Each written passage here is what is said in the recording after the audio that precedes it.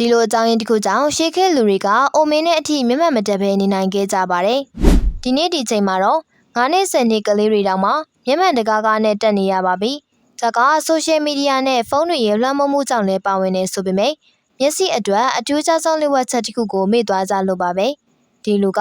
အမြင်လာတွေကိုမေ့လိုက်တိုင်းသူ့ကိုဆဲကပြန်ပလေးသွားတဲ့ရီစာဟောင်းကိုပဲပြန်မြင်နေတာကြောင့်စေကူသားမှုခံယူဖို့ဆုံးဖြတ်ခဲ့ပါတယ်။ဒါကအိန္ဒိယနိုင်ငံမှာနာမည်အကြီးဆုံးဖြစ်တဲ့ Deep Eye Cleaning Therapy လို့ခေါ်ပါတယ်။ထောပတ်ကိုအဓိကအသုံးပြုပြီးမျက်လုံးထဲကအန္တရာယ်ရှိတဲ့ cells တွေနဲ့မျက်ပိုးတွေကိုဖယ်ရှားရှင်းလင်းပေးပြီးတော့မျက်လုံးသားတွဲကကြွက်သားတွေကိုလည်းပြည်လျော့သွားစေတာကြောင့်မျက်မှန်ပါဝါရှိတဲ့သူတွေတောင်စီကနေတကူတက်ကသွားပြီးတော့လေစာပစ်နေကြမလို့ပဲတဘာဝနီလက်အတိုင်းသူ့အလိုလိုပါဝါရော့ကျသွားစေပါတယ်။ဒီစနစ်ကတော့တကယ်ကိုရိုးရှင်းပြီးအခုမြင်နေရတယ်လို့မျိုးမျက်လုံးနှစ်ဖက်ရဲ့ဘေးကိုဘောင်လေးတွေပြုတ်လောက်လိုက်ပြီးတော့ဆေးဘက်ဝင်အောင်ရောနှောဖော်ဆက်ထားတဲ့ထောပတ်ဆေးရည်တွေကိုလောင်းထည့်လိုက်ပြီးဖြည်းဖြည်းချင်းစီမျက်တောင်ခက်ကအာနိသင်ကိုဆုပ်ယူစေပါတယ်။လွန်ခဲ့တဲ့ရာစုနှစ်တွေကလေးကအသုံးပြုခဲ့တဲ့အိန္ဒိယနိုင်ငံရဲ့ရှေးအကျဆုံးဒီရိုးရာနီလန်းလေးကြောင့်အမြင်အာရုံနဲ့ပတ်သက်တဲ့ယောဂတွေသိပြီးတော့မခံစားကြရတာလည်းဖြစ်ပါတယ်။ပရိသတ်တို့ထဲမှာလည်းဒီနီလန်းနဲ့ကုသမှုခံယူခဲ့မှုသူများရှိရင်ကမ္ဘာမမျှဝေပေးခဲ့ပါအောင်နော်။